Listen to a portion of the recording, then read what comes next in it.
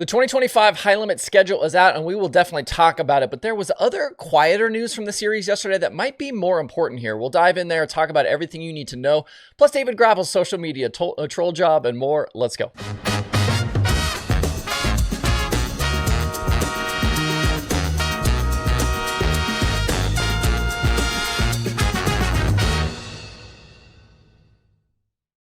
It's Tuesday, November 5th. I'm Justin Fiedler. This is DIRTRACKR Daily presented by Kubota Genuine Parts. You hear me talk about it periodically, but one of the best parts of DIRTRACKR.com is the analytics section. 12 series and special events are tracked there. We are approaching 2,200 races worth of results and stats and analysis. In there, you can find a ton of information for free, including full race results, driver pages, and a bunch of stats. But if you want access to every tool and number I use for researching the daily shows, grab a subscription to DIRTRACKR Plus. $4.99 a month or $49.99 a year. The subscription or the year-long subscription basically gets you 2 months for free. And if you're worried about inflation, don't. I've never raised the price on this, and I don't plan to. You can cancel easily anytime if you want to grab just a month. Check it out. You can just push a button on your account page, and that's it. Signing up gets you access to the Plus dashboard, which has added stat tools and visualizations. You unlock more than 25 extra features, including exclusive insights not found anywhere else. Whether you're a race fan, a member of the media, or you work for a series or a racetrack, DIRTRACKR Plus is the perfect resource for current dirt racing data to elevate your knowledge. You can beat your friends in those dirt racing pools or get an edge when you place those bets on things like USAC. And some of your favorite drivers and media members already signed up for DIRTRACKR Plus. See everything Plus has to offer and sign up for a subscription over at DIRTRACKR.com/GetPlus. If you guys were paying attention yesterday, you heard me say that if my information was correct, we were going to see the full High Limit schedule very soon, and that very soon was yesterday at 4 p.m. Eastern. This is almost a month earlier than the schedule was released for the 2024 season, and it's not lost on me that they made their announcements during World Finals week.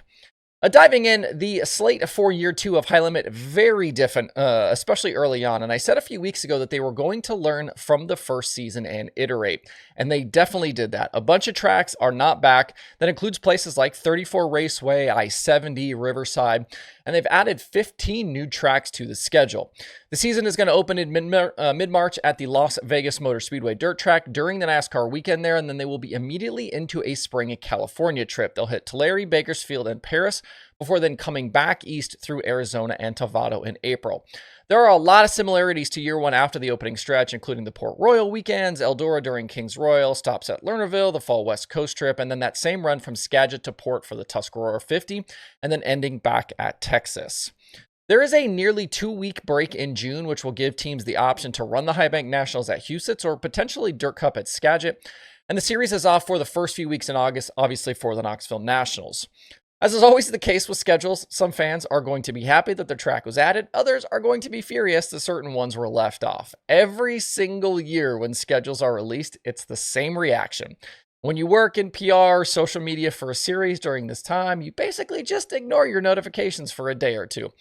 These series, they can't go everywhere, and they're not going to keep going to places on the schedule that don't make sense. And making sense could be for a variety of reasons. Could be ticket sales, could be, where it's located, could be safety things. There's a whole lot of reasons why tracks get left off. That's just the nature of the beast. So you will not hear me picking these things apart line by line. I will say, though, I hope they have a serious plan in place for Las Vegas. The track surface there, it's been a major problem in the past, and it's not made better by so little running that happens there. They did get Texas into solid shape, though, so there is hope. I'll be curious to see if any of those High Limit teams go south to start the year at Volusia in February. With no East Bay, no Golden Isles, no trips south early in the year, there is much less incentive for them to do so. Of the 45 car fields at Dirt Car Nationals in 2024, 13 of those were High Limit guys. Feel free to leave your thoughts on the schedule below. You can see the full High Limit sprint car schedule over at highlimitracing.com. And sticking with the Kubota High Limit Sprint Car Series here, though, I have, and I think what might have been more important yesterday was the much quieter side of the announcements from the series. Besides the schedule, there are a handful of rule changes announced by High Limit's competition director, Mike Hess. 2 of which feel fairly inconsequential. Their heat race start lane choice for the pole sitter and a rule about welding header bends. The heat race deal is basically just that the pole sitter can choose their lane for the initial start. The other 3 rules, though, have a little bit more teeth to them and show that High Limit is not concerned about a significant departure in this space from the World of Outlaws. The first is legalizing an in-axle tire inflation system.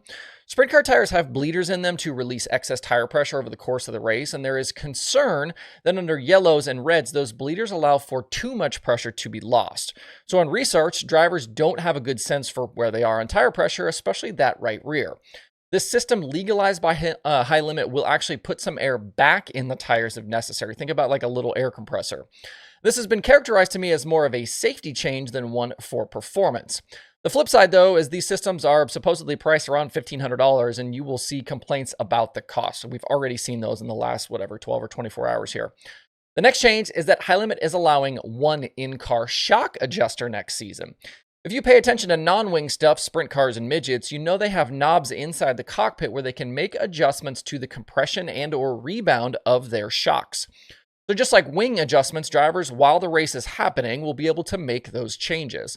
The question will become which shock is the right one to adjust, and there is a scenario where teams have every shock adjuster cable run and then just make a late decision on where to put the adjuster knob. So you could see that shock adjuster knob be for, one corner of the car in the heat races, maybe something different for the feature, and they could change that through the course of the night. And then the final change is that after a season of 1-inch wicker bills, which we covered quite a bit through the year here on the show, High Limit is adding back 1/2 inch to those wickers on the top wing. So not back to the 2-inch wickers, but up to 1.5 inches is now the rule. The jury had remained out on whether or not the wicker bill change in 2024 made racing better, and it's clear here that Hess and High Limit were not convinced. But only adding back 1/2 is also evidence that they don't think that 2 inches is the correct size either. Regardless of individual opinions on these changes, I think the bigger takeaway here is that high limit rules now differ from the World of Outlaws, because it's my understanding that these changes are not coming to that side. So going back and forth between the two series will require some changes and some cost. And then the question becomes, what's the trickle-down effect to the regional and local levels? Will these be easy changes that those non-full-timers are okay with? Or will it cause there to be drivers and teams that don't show up to high-limit races because they can't or don't want to abide by the new rules? And will you have tracks and smaller series stick with the Outlaw package or follow high limit? This rules area could be a key thing to watch in coming years now, because I think these small departures could open the door for much bigger changes in the future. Before we close out today, did you guys see David Gravel's troll job on social media yesterday? I know several of you tagged me in this, but I was obviously around and saw it anyway. He posted a photo of himself and Brad Sweet standing together along the fence, actually at Charlotte, with the caption 2K25 ? And in the midst of series choices, this is clearly meant to stir things up between the Outlaws and High Limit. And make no mistake here, Gravel is one of the more social media literate drivers there is. He knows exactly what he's doing in this situation. He had everyone wondering if a swap to High Limit is in the works, which even spawned a story by Tyler Burnett over at flowracing.com. But I went ahead and trolled his troll job and actually wondered if this was an announcement that Brad Sweet was coming back to the Outlaws. Obviously, that's not true, and Brad made sure to reply to me and confirm that that is not the case. Hey, man, you just never know. I would still expect, though, Gravel to stay Outlaws for 2025. Anything is possible, and I don't want to say it's impossible that Gravel couldn't switch, but with Husitz and Jackson not on the high-limit schedule and some things I've been told, I don't think a swap is in the cards here. That's your Wednesday Daily Show. Thanks for tuning in. We'll see everybody right back here tomorrow.